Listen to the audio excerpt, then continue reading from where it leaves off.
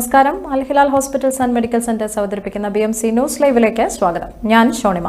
വിശദമായ വാർത്തകളിലേക്ക്. ബഹ്റൈനിലെ ശൈത്യകാലത്തിന്റെ പ്രധാന പരിപാടികളിലൊന്നായ ഓട്ടം ഫെയറിന്റെ 35ാമത് എഡിഷൻ ജനുവരി 23 മുതൽ ഫെബ്രുവരി 1 വരെ എക്സിബിഷൻ വേൾഡ് ബഹ്റൈനിൽ നടക്കും. പ്രതിവർഷം 1 ലക്ഷത്തിലധികം സന്ദർശകർ എത്തുന്ന മേള ഇത്തവണയും പുതുമകളോടെയാണ് അവതരിപ്പിക്കുക. ഇൻഫോ മാർക്കറ്റ്സിന്റെ ആഭിമുഖ്യത്തിൽ ടൂറിസം മന്ത്രാലയത്തിന്റെയും ബഹ്റൈൻ ടൂറിസം ആൻഡ് എക്സിബിഷൻ അതോറിറ്റിയുടെയും പിന്തുണയോടെയാണ് മേള സംഘടിപ്പിക്കുന്നത്. ടൂറിസം മേഖല മെച്ചപ്പെടുത്തുന്നതിനും പ്രാദേശിക സമ്പദ് വ്യവസ്ഥയെ പിന്തുണയ്ക്കുന്നതിനും ഈ മേള ഗുണകരമാകുമെന്ന് BTA ചീഫ് എക്സിക്യൂട്ടീവ് സാറ ബുഹിജി പറഞ്ഞു. അവസാന 2 ദിവസങ്ങളായ ജനുവരി 31 ഫെബ്രുവരി 1 ഒഴികെ രാവിലെ 10 മുതൽ രാത്രി 10 വരെ മേളയിലേക്ക് പ്രവേശനമുണ്ടാകും. ജനുവരി 26, 27 തീയതികളിൽ രാവിലെ സ്ത്രീകൾക്ക് മാത്രമായിരിക്കും പ്രവേശനം. ബഹ്റൈൻ ഇന്റർനാഷണൽ സർക്യൂട്ടിൽ സൗജന്യ പാർക്കിംഗും ലഭ്യമാണ്. അവിടെ നിന്ന് സൗജന്യ ഷട്ടിൽ ബസ്സുകൾ സന്ദർശകരെ പ്രദർശന കേന്ദ്രത്തിലേക്ക് കൊണ്ടുപോകും. പ്രവേശനം തീർത്തും സൗജന്യമായിരിക്കും.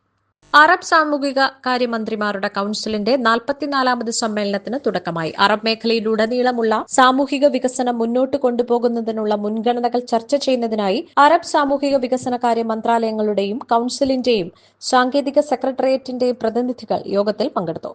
ബഹ്റൈൻ സാമൂഹിക വികസന മന്ത്രാലയത്തിലെ അണ്ടർ സെക്രട്ടറിയും സെഷന്റെ ചെയർമാനുമായ സഹർ ഷാഹിഷ് അൽ മന്നായി സജീവമായ സാമൂഹിക പങ്കാളിത്തത്തിലൂടെ ദുർബല വിഭാഗങ്ങളെ ശാക്തീകരിക്കേണ്ടതിന്റെ പ്രാധാന്യം യോഗത്തിൽ വ്യക്തമാക്കി.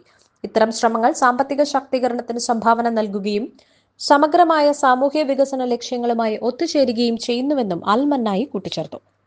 ഭീകരവിരുദ്ധ പ്രവർത്തനങ്ങളിൽ കൂടുതൽ സഹകരണത്തിന് കുവൈറ്റും ഇന്ത്യയും തമ്മിൽ ധാരണ. പ്രധാനമന്ത്രി നരേന്ദ്രമോദിയുടെ കുവൈറ്റ് സന്ദർശന വേളയിൽ നടത്തിയ ചർച്ചകളിലാണ് ഇത് സംബന്ധിച്ച ധാരണയായത്. എല്ലാ രൂപത്തിലും ഭാവത്തിലുമുള്ള ഭീകരവാദ പ്രവർത്തനങ്ങളെ അസന്നിഗ്ധമായി അപലപിക്കുന്നുവെന്നായിരുന്നു ഇരു രാജ്യങ്ങളും പുറത്തിറക്കിയ സംയുക്ത പ്രസ്താവനയിൽ വ്യക്തമാക്കിയത്. കുവൈറ്റ് അമീർ ഷെയ്ഖ് മെഷാൽ അൽ അഹമ്മദ് അൽ ജാബിർ അൽ സബ, കുവൈറ്റ് പ്രധാനമന്ത്രി അഹമ്മദ് അബ്ദുള്ള അൽ അഹമ്മദ് അൽ സബ, കുവൈറ്റ് കിരീടാവകാശി ഷെയ്ഖ് സബ അൽ Khalid Al Hamad Al Mubarak അൽ സബ എന്നിവരുമായി നടത്തിയ കൂടിക്കാഴ്ചയിലാണ് ഭീകരവിരുദ്ധ പ്രവർത്തനങ്ങൾക്ക് സഹകരണം ഉറപ്പാക്കാൻ ധാരണയായത്.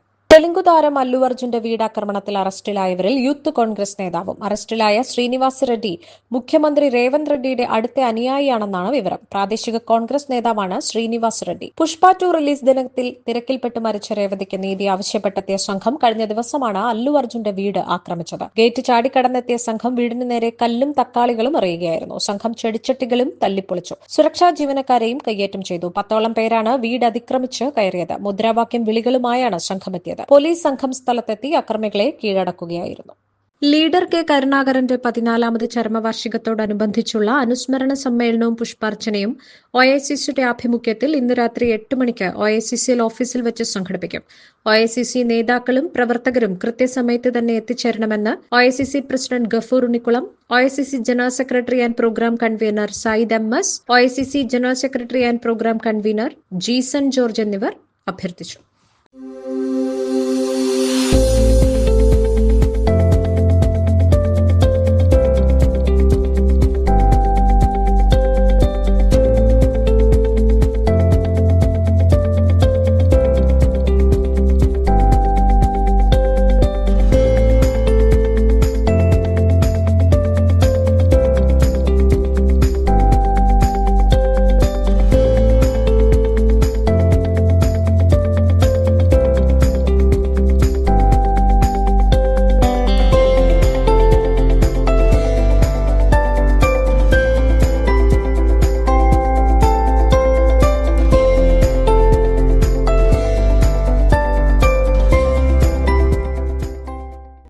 Our skin is the mirror of our soul. Our skin is our largest sensory organ. Our skin needs a healthy microbiome balance. This is regulated by its pH value, which protects the skin from pathogens, cold and ultraviolet rays. Sebamed protects your skin.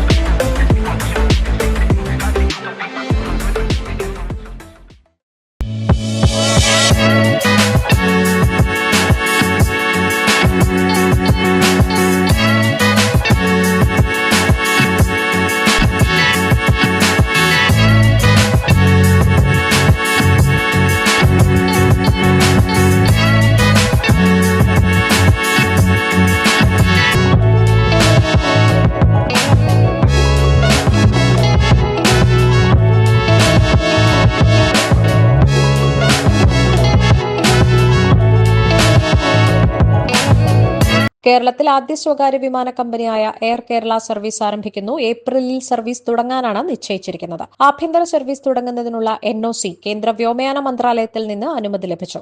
Air operation certificate കൂടി ലഭിച്ചാൽ service തുടങ്ങും എന്നാണ് പുറത്തുവരുന്ന വിവരം. ഇത് ഉടൻ ലഭിക്കുമെന്ന് company അധികൃതർ അറിയിച്ചു. തുടക്കത്തിൽ ആഭ്യന്തര സർവീസാണ് ലക്ഷ്യം വെക്കുന്നതെന്നും അറിയിച്ചിട്ടുണ്ട്. നെടുമ്പാശ്ശേരിയിൽ നിന്ന് ഹൈദരാബാദിലേക്കാണ് ആദ്യ സർവീസ്. കരിപ്പൂർ, തിരുവനന്തപുരം, കണ്ണൂർ എന്നിവിടങ്ങളിൽ നിന്നും സർവീസ് ഉണ്ടാകും. ചൂരൽമല മുണ്ടക്കൈ ഉരുൾപൊട്ടലിൽ കരട് പദ്ധതി മന്ത്രിസഭായോഗത്തിൽ അവതരിപ്പിച്ചു. ചീഫ് സെക്രട്ടറിയാണ് കരട് രേഖ അവതരിപ്പിച്ചത്. 26 മന്ത്രിസഭായോഗം പദ്ധതി രേഖ അംഗീകരിക്കും. പട്ടികയിലെ അപാകതകൾ പരിഹരിക്കും. ടൌൺഷിപ്പ് എങ്ങനെ എന്ന കാര്യത്തിലും ചർച്ച നടന്നു. ചുമതല സംബന്ധിച്ച് അടുത്ത മന്ത്രിസഭായോഗത്തിൽ തീരുമാനിക്കും. കിഫ്ബിയുടെ ടൌൺഷിപ്പ് ഡിസൈനാണ് ചർച്ച ചെയ്തത്. ടൌൺഷിപ്പിൽ 1000 സ്ക്വയർ ഫീറ്റ് ഉള്ള ഒറ്റനില വീടുകൾ ഒരുങ്ങും. വീടുകൾ വാഗ്ദാനം ചെയ്തവരുമായി മുഖ്യമന്ത്രി ചർച്ച നടത്തും. 38 സംഘടനകൾ ഇതിനകം സന്നദ്ധത അറിയിച്ച് സർക്കാരിനെ സമീപിച്ചിട്ടുണ്ട്. ഇരുവരുമായി നേരിട്ട് സംസാരിക്കാനാണ് തീരുമാനം. ഏജൻസി ആരാണെന്നതിൽ അടുത്ത മന്ത്രിസഭായോഗം തീരുമാനമെടുക്കും. കോടതി തീരുമാനത്തിന് പിന്നാലെ തന്നെ ഭൂമി ഏറ്റെടുക്കും. അതിനുള്ള മുന്നൊരുക്കങ്ങളും യോഗം ചർച്ച ചെയ്തു. തിരുവനന്തപുരം CPIM ജില്ലാ സെക്രട്ടറിയായി V. ജോയ് തുടരും. ജില്ലാ കമ്മിറ്റിയിൽ 8 പുതുമുഖങ്ങളെ ഉൾപ്പെടുത്തി. G. Stephen, VK Prashanth, OS Ambika, Arya Rajendran, RP Shivaji, Sheeja Sudev, V. Anoop, Vandithadam Madhu എന്നിവരാണ് പുതുമുഖങ്ങൾ. ഈ വാർത്തയോടുകൂടി ഇന്നത്തെ BMC ന്യൂസ് ലൈവിൽ മലയാളം വാർത്തകൾ പൂർണ്ണമാകുന്നു. ശുഭരാത്രി.